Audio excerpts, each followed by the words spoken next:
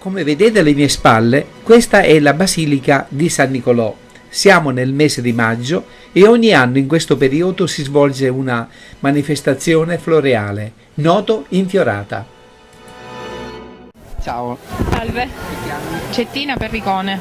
Guarda, noi siamo venuti a Noto, siamo venuti a curiosare. Sappiamo che l'infiorata di Noto si svolge una volta all'anno, Sì, la terza nel domenica mese di maggio. la terza domenica di maggio. Sì. Allora, quest'anno è il trentennale dell'infiorata, quindi è una tradizione che ormai si è consolidata a Noto. 30 anni fa la prima volta fu fatta dai maestri infioratori di Genzano. A Genzano la tradizione è molto più antica rispetto alla nostra, quindi vennero a Noto ad insegnare agli artisti locali ad infiorare. Poi gli artisti locali pian piano con l'esperienza hanno migliorato la tecnica e quindi ora l'infiorata di Noto anche a livello nazionale ha acquisito una grande validità. Infatti gli infioratori di Noto in Italia e anche all'estero sono considerati come diciamo, i gruppi di infioratori più bravi nella tecnica o comunque fra i più bravi nella tecnica del fiore fresco a petalo intero, perché l'infiorata vede anche diverse tecniche.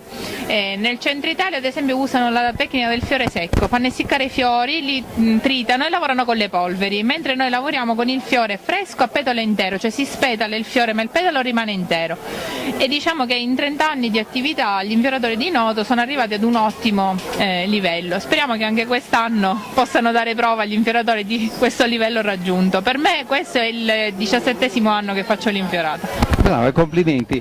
C'è una storia ben precisa sull'infiorata che riguarda le balconate, che riguarda proprio la strada, la via Nicolaci. Allora, la via Nicolaci è una delle vie più rappresentative del barocco netino. Tra l'altro questo leggero proscenio dà modo di gustare meglio i quadri infiorati, quindi la scelta della via Nicolaci è stata proprio per questa sua scenografia naturale che offre ai visitatori.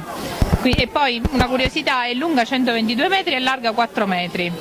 Benissimo, certo che poi anche Noto sta vivendo un momento molto bello, un momento felice, dopo aver ristrutturato la Basilica di San Nicolò. Sì, ecco. Non soltanto perché è un periodo in cui quasi tutti i monumenti hanno visto ultimato il restauro e quindi è una fase splendida anche a livello proprio artistico e a livello monumentale. E il motivo dei bozzetti che ci sono quest'anno? Allora, quest'anno come tema si doveva creare un brand, un marchio che pubblicitasse Noto in tutto il mondo, quindi ognuno di noi ha cercato di cogliere gli elementi caratteristici della città e li ha messi insieme nel proprio bozzetto. Benissimo, vi faccio i migliori complimenti, buon lavoro, penso che stanotte finite. Ciao!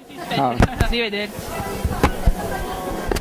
Intanto che questi artisti preparano l'infiorata e si fa buio, ne approfittiamo per visitare il centro storico di notte.